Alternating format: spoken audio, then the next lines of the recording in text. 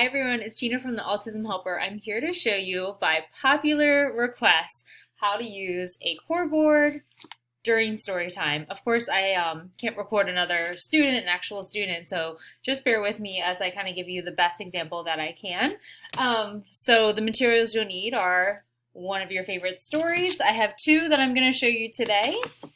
A core board, it does not have to be this big, but it's whatever that your classroom's using. Of course, if your child or one of your students has a dedicated device, you want to make sure that you use that device as well.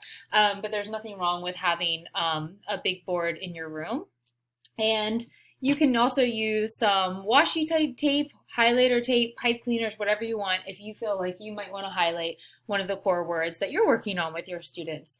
So for maybe like a big group instruction, a story, or read aloud, there are certain words that maybe you want to target that week. Maybe it's just one word, maybe it's three. It's whatever is best for your students and what you're working on. But my first suggestion is to pick a story that targets the words that you want to work on and write them on the outside. So that way you remember as the teacher what words you want to target on your core board.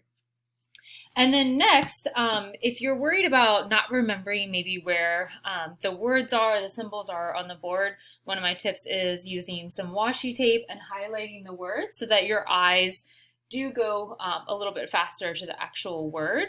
And then also it can help your students identify where they are on the board. A lot of the times I think we're afraid to use these language boards because we're afraid of not knowing where the word is.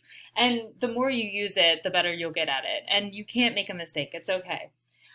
So, for example, I wanted to read There Was an Old Lady Who Swallowed a Fly. So for my pretend class, the words that I want to target are who, what, eat for swallow. And you could even do my turn, your turn, because Sarah has already adapted this book with pieces, and you can get this for free on the Autism Helper website for downloading. And you can also use props if your kids are younger, or maybe if you need more engagement. I've seen on Pinterest, and I've used the small trash cans where you cut out a picture of the old lady and you put her on, and you can actually feed the old lady, or maybe you have a paper bag or a shoebox. Just different ways to engage your learners. So what you want to do after you've written your target words, depending on the length of time, your attention span of your crowd of children, sometimes if it's a longer book and I start to lose kids throughout the book, I will paper clip some of the pages together that are a little bit longer to keep their engagement higher. Obviously, this is a great book, and you don't really want to skip any words, but sometimes to get your point across about core words or something that you're really targeting, it's okay to skip a few pages and get to what you're really looking for. So if I were in the classroom, if I had an assistant, I might have my assistant with a pointer point to the words as I emphasize them. Of course, we would know ahead of time what words we were going to emphasize. I might have a student helper up here emphasizing, or if I'm by myself, which I know a lot of us are, then I'm just going to point to the word as I say it. You do not have to model every single book or every single word in your book. Remember, you're just looking at your target words.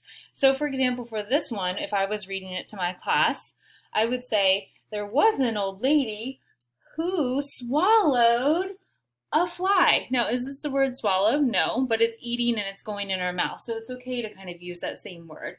Eat, swallow, swallowed the fly, and those are my words. So I would go on. There was an old lady who swallowed a fly. I don't know why she swallowed that fly. She won't say why. And then I might have someone come up and pick the fly off of the page, or maybe I just have airless and I hand them the picture, and I might say, it's your turn to come up. Your turn, Mackenzie, whoever you pick, and then so on. And then I'm going to turn the page. And obviously I paper clipped them a little bit. There was an old lady who swallowed a spider that wriggled and jiggled and tickled inside of her. So again, I'm not saying every single word and pointing it to on the board. I'm just emphasizing the who and the swallowed, the eat part of it. And then I might skip this page because maybe my learners are getting, a little restless already. It depends on your age. And then they can come up and bring the spider on there. Or you could say, oh, it's my turn, Miss Russell's turn to put on the spider, and so on. And then go to the next page that I have kind of paper clipped out. There was an old lady who swallowed a, what is that? Bird. Good job, a bird. And so on. So you get the point of that with this one. Another one of my favorites are the adapted Farmer series books. Again, you can target who, where by questioning first, my turn, your turn, if you're going to have kids come up and actually do it, or if you have a small group in front of you. The word in is in this book. So for example, farmer, farmer, who's in the tractor? Who's in the tractor? In the tractor. Let's find out. So you're going to use the same read aloud strategies that you would on any book. Farmer, farmer, who's in the tractor? Ooh, and depending on your prompting level, who's in the tractor? What is that? A pig? A pig is in the tractor. Oh no, a pig. Who can come up? And so on, my turn, your turn. And this is a repetitive book, so you're just going to keep targeting who and in. And then you might have, it's your turn to come up or it's my turn and so on. So lots of different ways you can use this board. You can extend depending on your learners and the type of comprehension that you're working on. Did you like this book? Yes or no, if they're working on yes and no. How did the character feel? Let's open the book.